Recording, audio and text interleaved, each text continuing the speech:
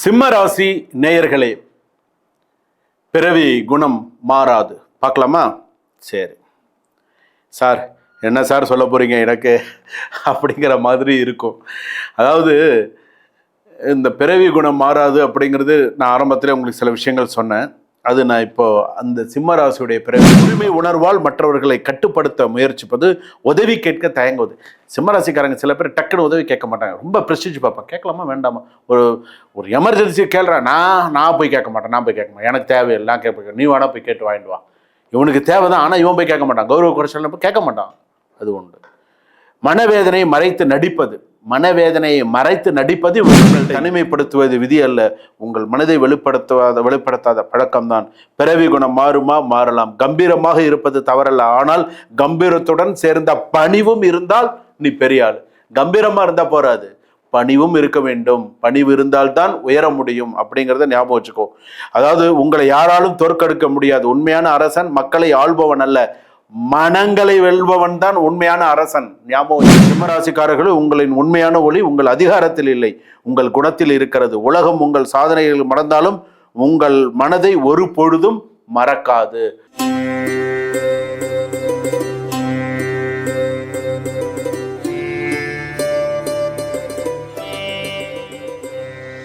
ஜனனி ஜன்ம சௌக்கியானாம் வர்தனி குலசம்பதாம் பதவி பூர்வ புண்ணியானாம் லிக்கியதே ஜன்ம பத்திரிகா கஜானனம் பூதகணாதி சேவிதம் கபித்த ஜம்பு பலசார பக்ஷிதம் உமாசுதம் சோக விநாச காரணம் நமாமி விக்னேஸ்வர பாத பங்கஜம்.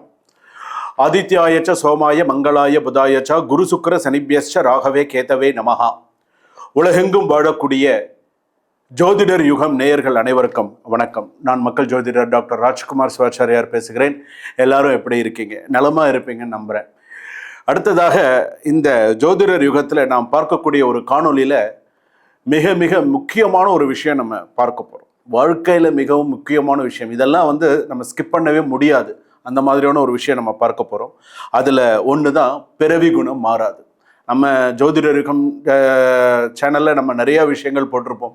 பிரம்மன் எழுதி விதி, நிறைய விஷயங்கள்லாம் என்னுடைய காணொலியெல்லாம் பார்த்துருப்பீங்க. அதில் பிறவி குணம் மாறாது.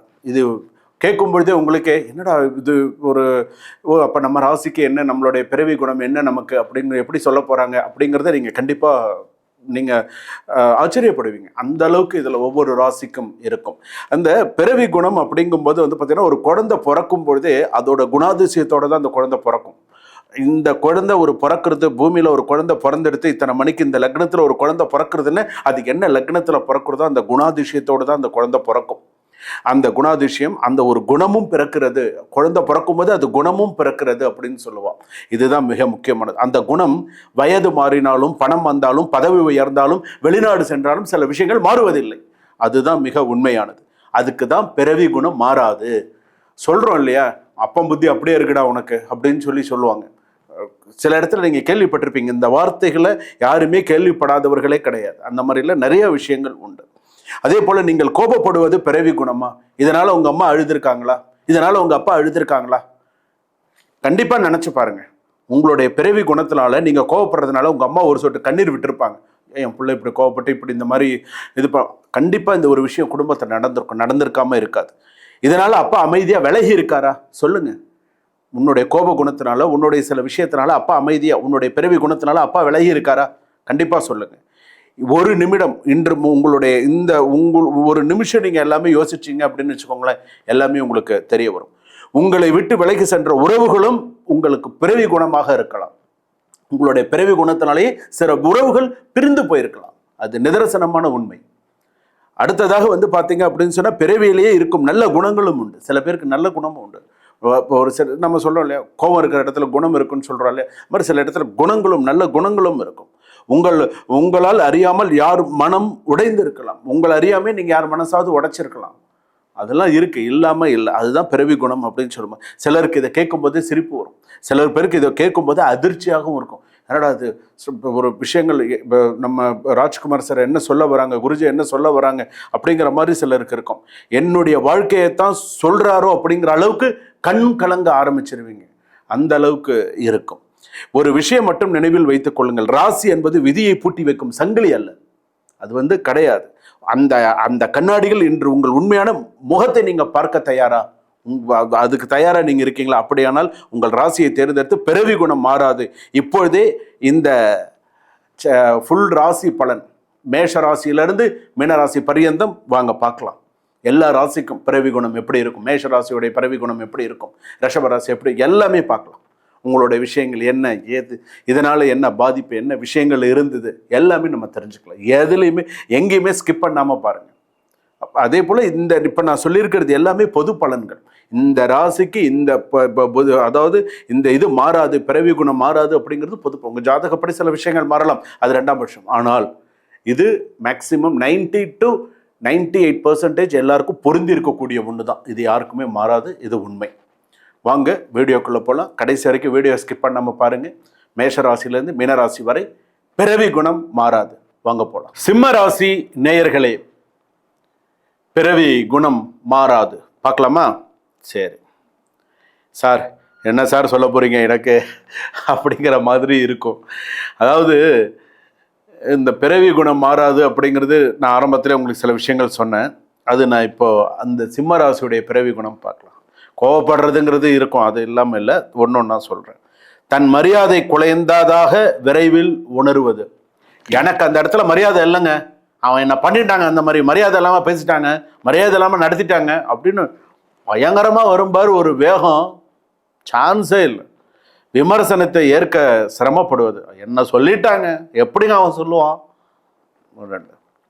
அதாவது 2வது, அவங்களெல்லாம் பாராட்டினாங்க, என்ன பாராட்டல இருக்கும்.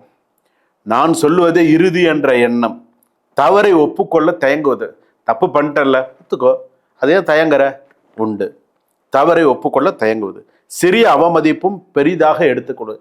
சின்னதாக அவமதிச்சிட்டா கூட என்ன சொல்லிட்டாங்க, அதெல்லாம் அவன் வீட்டு வாசப்படி நான் ஏற மாட்டேன், தேவையே இல்லை, வேணா அவன் வரட்டும், நான் போக மாட்டேன், அவன் என்ன அவ்வளோ பெரிய அதுவா அப்படின்னு கேட்பான். அந்த அளவுக்குலாம் இருக்கு, உண்டு இதெல்லாம். அடுத்ததாக, உரிமை உணர்வால் மற்றவர்களை கட்டுப்படுத்த முயற்சிப்பது. உதவி கேட்க தயங்குவது. சிம்மராசிக்காரங்க சில பேர் டக்குன்னு உதவி கேட்க மாட்டாங்க, ரொம்ப ப்ரெஸ்டீஜ் பார்ப்பேன். கேட்கலாமா வேண்டாமா, ஒரு எமர்ஜென்சி கேட்குறேன், நான் போய் கேட்க மாட்டேன், எனக்கு தேவையில்லை, நான் கேட்பேன், நீ வேணா போய் கேட்டு வாங்கிட்டு வா. இவனுக்கு தேவைதான், ஆனால் இவன் போய் கேட்க மாட்டான், கௌரவ குறைச்சல் கேட்க மாட்டான். அது உண்டு. மனவேதனையை மறைத்து நடிப்பது. மனவேதனையை மறைத்து நடிப்பது இவங்க கிட்ட இருக்கு. எல்லோரிடமும் ஒரே அளவு எதிர்பார்ப்பு வைத்துக் கொள்வது. எல்லோரிடமும் ஒரே அளவு எதிர்பார்ப்பு வைத்துக் கொள்வது. மன்னிப்பு கேட்க தாமதிப்பது. ஏன் தாமதிக்கிற, தப்பு செஞ்சுட்டா மன்னிப்பு கேட்டுற, அவ்வளவுதான், போய்கிட்டே இரு. பிடித்தவர்கள் விலகினால் வெளிக்காட்டாமல் துன்பப்படுவது. பிடிச்சவங்க விலகிட்டா வெளிக்காட்டாமல் துன்பப்படுவது. தோற்றத்தில் வலிமையாக இருந்தாலும் உள்ளுக்குள் சோர்வடைவது. பார்க்கறதுக்கு சிம்மராசி பார்த்தீங்கன்னா அப்படி பயங்கரமா இருப்பாங்க, ஆனா உள்ளுக்குள்ள ஏண்டா நீங்க சிம்ம ராசியா வேற எதுவும் ராசியாடா அப்படின்னு வாங்க சில பேர். அந்த மாதிரி வெளி தோற்றத்துக்கு பார்த்தீங்கன்னா ஏ அப்பா பயங்கரமா இருக்கான், ஆனா உள்ள குழந்தை மாதிரி ஒரு மாதிரி குழந்தை மாதிரி பேசுவோம், நமக்கே சிரிப்பாக தான் இருக்கும். அந்த மாதிரிலாம் இருக்காங்க, பார்த்துருக்கேன். அந்த மாதிரி தனக்கான அன்பை வெளிப்படையாக கேட்க முடியாமல் தவிப்பது. சில பேர் சிம்மராசிக்கார் லவ் சொல்றதுக்கு கூட சில பேர் ரொம்ப சிரமப்படுவான். எப்படி சொல்றது, அவன் தொடர்ந்துட்டே தான் இருப்பான், ஆனால் தனக்கான அன்பை வெளிப்படையாக கேட்க முடியாமல் தவிப்பான். அன்புன்னு ட்ரூ லவ், அன்புன்னா லவ் தானே. ஸோ அந்த அன்பை அதை சொல்றதுக்கு கூட சிரமப்படுவாங்க சில பேர். எப்படி சொல்றது, அந்த பொண்ணு தப்பா நினைச்சுக்குமா, அவன் தப்பா நினைச்சுப்பானா, அந்த மாதிரி சில விஷயங்கள் அப்படின்னு. சரி, ரைட்டு. அப்போ உனக்கான பிறவி குணத்திலேயே நல்ல குணங்களும் இருக்கு இல்லையா. பிறவியை வழி நடத்தும் ஆளுமை, உங்ககிட்ட சற்றியான ஆளுமை இருக்கு. இன்னைக்கு முன்னாள் முதலமைச்சர் எடுத்துக்கோ, ஜெயலலிதா எடுத்துக்கோ, ஆளுமை எப்படி இருந்தது நமக்கே தெரியும். சிம்ம சொப்பனமா இருப்பாங்க. எல்லாரும் எப்படி இருந்தாங்க அப்படிங்கிறது நம்ம எல்லாம் கண்கூட பார்த்துருக்கோம். சிம்ம சொப்பனமா இருந்தாங்க. ஆளுமை அப்படின்னு சொல்லுவாங்க. பிறரை வழி நடத்தும் ஆளுமை, அதுதான் சக்சஸ். அந்த ஆளுமை எப்படி இருந்தது நான் பார்த்துருக்கேன், அதனால அதோட அனுபவம் தெரியும். அதனால சவால்கள் நேருக்கு நேர் சந்திக்கும் தைரியம். வாடா நீயா நானா ஒரு கை பார்த்துடலாம் அப்படிங்கிற அளவுக்கு, அடிக்கடி வெட்டுக்கு வெட்டு குத்து குத்து வாடா ஒரு கை பார்த்துடலாம், அந்த மாதிரியான ஆள். தன்னம்பிக்கையுடன் முடிவெடுப்பார். அடுத்தவர் பொறுப்பை காப்பாற்றுவார். குடும்பத்தில் பொறுமையை உயர்த்தவர். மனதில் உறுதி மிகுந்தவர். பிறர் வெற்றியும் பாராட்டும் மனம். ஆபத்தில் துணிந்து நிற்பவர். உனக்கு ஒரு ஆபத்தா துணிந்து நிற்கக்கூடிய பெருந்தன்மையுடன் உதவுபவர். நீதிக்காக குரல் கொடுப்பவர். நண்பர்களை பாதுகாக்கும் இயல்பு. அவமானத்தை வெற்றியாக மாற்றும் திறன். தோல்வியை பாடமாக ஏற்றுக்கொள்வார். மரியாதையை மதிப்பவர். உயர்ந்த லட்சியத்துடன் வாழ்பவர். யாரு? சிம்மராசி. சூப்பர். நிறைய நான் சொல்றதுல சாமி இந்த இடத்துல தப்பு இருக்குன்னு சொல்லு, நான் எடுத்துக்கிறேன். இருக்கு நிறைய நான் நல்லதும் பிறவி குணம் மாறாதுங்கிறது சொல்லியிருக்கேன், நல்ல விஷயமும் சொல்லியிருக்கேன். ஒரு நிமிடம் உங்களை நீங்கள் கேட்டு பாருங்கள். உங்கள் அப்பா சொன்ன அறிவுரையை எனக்கு தெரியும், உன் வேலையை நீ பார் அப்படின்னு நீ உங்க அப்பாவை நீ சொல்லியிருக்கன்னு சொன்னா அந்த இடத்துல நீ செத்துட்ட. இல்லை, எப்போ நீ அப்பாவை மதிச்சுட்டு நீ அப்போ இல்லை, நீ அந்த இடத்துல இல்லை. உன் அம்மாவின் அன்பை சாதாரணமாக எடுத்துக்கொண்டதுடா. அம்மா பார்த்து பார்த்து செய்வாங்க, ஆனால் அதை நீ ஏற்றுக்க மாட்ட. இன்னைக்கு நீ அழுவ. உங்கள் வாழ்க்கை துணை மன்னிப்பு கேட்கும் போது உங்கள் ஈகோவால் அமைதியாக இருந்துண்டா. வாழ்க்கை துணைன்னா சண்டை தான் போடுவா. அந்த சண்டையை நீ இப்போ பெருசுப்படுத்தி நீ இப்படிதான், நான் உங்ககிட்ட பேச மாட்டேன், நீ உன் வாழ்க்கை துணையை நீ புறக்கணிச்சு அதனால 2 பேரும் பிரிஞ்சு, இதெல்லாம் இருக்கா இல்லையா? உன் மனசாட்சிக்கு தெரியும், நான் சொல்லணுங்கிறது இல்லை. இதெல்லாம் அந்த ஈகோ இதெல்லாம் உனக்கே தெரியும். நான் உங்கள் உயிராக நம்பிய நண்பரின் மனதை கடுமையான வார்த்தையால் உடைத்ததுண்டா. உன்னுடைய நண்பரை வார்த்தையால் உடைத்ததுண்டா? உண்டு அப்படிங்கிறத நீ சொல்லு. உண்டா இல்லையாங்கிறது உனக்கு தெரியும். நான் பலமானவன் என்று சொல்லிக்கொண்டு யாருக்கும் தெரியாமல் இரவில் மனம் உடைந்ததுண்டா. வெளியில பார்க்கறதுக்கு நீ பலசாலியா பலம் நிறைந்தவனா இருக்கலாம், ஆனா நைட்ல எவ்வளோ நைட்டு நீ துன்பப்பட்டிருப்ப அப்படிங்கிறது உண்டு. உங்களை தோற்கடிப்பது எதிரிகள் அல்ல, உன் ஆணவம் தான். உன்னுடைய சற்றியான ஆணவம் பிடிச்சவன் சொல்றானா, டேய் சிம்மராசி நீ திமிரு பிடிச்சவன்டா அப்படின்னு சொல்றாங்க இல்லையா? அதெல்லாம் சில விஷயத்துல உண்மை. உங்கள் தனிமைப்படுத்துவது விதி அல்ல, உங்கள் மனதை வெளிப்படுத்தாத பழக்கம்தான். பிறவி குணம் மாறுமா? மாறலாம். கம்பீரமாக இருப்பது தவறல்ல, ஆனால் கம்பீரத்துடன் சேர்ந்த பணிவும் இருந்தால் நீ பெரிய ஆள். கம்பீரமா இருந்தா போறாது, பணிவும் இருக்க வேண்டும். பணிவு இருந்தால்தான் உயர முடியும் அப்படிங்கிறத ஞாபகம் வச்சுக்கோ. அதாவது உங்களை யாராலும் தோற்கடிக்க முடியாது. உண்மையான அரசன் மக்களை ஆள்பவன் அல்ல, மனங்களை வெல்பவன் தான் உண்மையான அரசன். ஞாபகம் வச்சுக்கோங்க. நான் சொன்ன இந்த வரியை நான் திரும்ப சொல்ல விரும்பல. மக்களை ஆள்பவன் மனிதன் அல்ல, மக்களை மனங்களை வெல்றான் பாருங்க, அவன்தான் மனிதன். இன்னைக்கு வென்று இருக்காங்க மக்களுடைய மனசெல்லாம். இன்னைக்கு நிறைய பேர் வென்று இருக்காங்க. நான் யார் சொல்றேன்னு உங்களுக்கு தெரியும். அடுத்ததாக சூரியனார் கோயிலுக்கு போயிட்டு வாங்க. ஆடுதுறையில் இருக்க சூரியநாராயணர் கோவில், அங்கே போயிட்டு வாங்க. ஞாயிற்றுக்கிழமை அன்னைக்கு போயிட்டு வாங்க. சிம்மராசிக்காரர்கள், உங்களின் உண்மையான ஒளி உங்கள் அதிகாரத்தில் இல்லை, உங்கள் குணத்தில் இருக்கிறது. உலகம் உங்கள் சாதனைகள் மறந்தாலும் உங்கள் மனதை ஒரு பொழுதும் மறக்காது. ஆடுதுறை சூரியநாராயணர் கோயிலுக்கு போயிட்டு வாங்க. தவறு செய்திருந்தால் என்னுடைய பிறவி குணத்தினால நான் தப்பு செஞ்சுட்டேன், சூரியநாராயணர் கோயிலுக்கு போயிட்டு மனதார ஒரு சில விஷயங்களை பண்ணிட்டு வந்தீங்கன்னு சொன்னா உங்களுக்கு நல்ல சுபிட்சமான, நல்ல அமோகமான, நல்ல வாழ்க்கை அமையும். சுபம். வாழ்க வளமுடன். இதுவரையில் நாம் பார்த்தது பிறவி குணம் மாறாது அப்படின்னு நம்ம பார்த்தோம். இது பொதுவான அடிப்படையிலான பிறவி குணங்களில் விளக்கம் மட்டுமே. ஸோ இது இப்படிதான் அப்படிங்கிறது. ஒவ்வொரு நபரின் முழு ஜாதக பலனோ அல்லது தனிப்பட்ட வாழ்க்கை பலனோ அது மாறி இருக்கும் சில பேருக்கு. ஏன்னா ஒரே ராசியில் பிறந்தாலும், ஒரே நட்சத்திரமாக இருந்தாலும், லக்னமாக இருந்தாலும், கிரக நிலைகள், கர்ம வினைகள், சில விஷயங்கள்லாம் மாறாமல் இருக்காது. அப்படி மாறும்போது வாழ்க்கையும் மாறும். அப்படி இருக்கும்போது வாழ்க்கையும் மாறும். உங்களை நீங்கள் புரிந்து கொள்ள, உங்கள் குணங்களை சிந்தித்து பார்க்க, உறவுகளை இன்னும் ஆழமாக பாதுகாக்க, இதெல்லாம் முக்கியம்.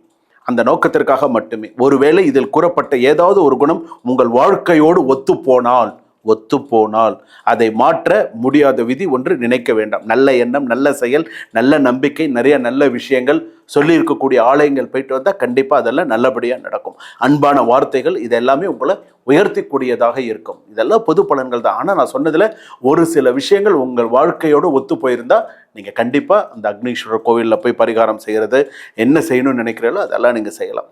பிறவி குணம் இருக்கலாம், ஆனால் நல்ல மனம் கொண்ட மனிதன் தனது குணத்தை நல்ல பாதையில் வளர்த்து கொள்ளும் சக்தி கொண்டவன் அவன். சரிங்களா? பிறவி குணம் இப்படி இருக்கலாம், ஆனால் அவனுக்கான ஒரு நல்ல சக்தி, நல்ல விஷயங்கள் உண்டு. உங்களுடைய ராசி உங்களுடைய என்ன அப்படிங்கிறத நீங்கள் கமெண்ட் பண்ணுங்கள். உங்கள் ராசியில், சார் நான் மேஷ ராசி கேட்டேன், நீங்கள் சொன்னது எனக்கு ஒத்து போச்சு, நீங்கள் சொன்னது எனக்கு சரியாக இருந்தது அப்படிங்கிறத எனக்கு சொல்லுங்கள், நானும் தெரிஞ்சுக்கிறேன். ஸோ மேஷ ராசி சொன்னதெல்லாம் உங்களோட ராசியில் பேரோட எதோட ஒத்து போயிருக்கு அப்படிங்கிறது நானும் தெரிஞ்சுக்கிறேன். மேலும் உங்களுடைய ஜாதகம் தெரிந்துக்கணும் அப்படின்னு சொன்னால் டிஸ்கிரிப்ஷனில் என்னுடைய நம்பர் இருக்குது. அப்பாயின்மெண்ட் ஃபிக்ஸ் பண்ணிட்டு உங்களுடைய முழு ஜாதகத்தை நீங்கள் பார்த்து தெரிஞ்சுக்கோங்க. சுபம்.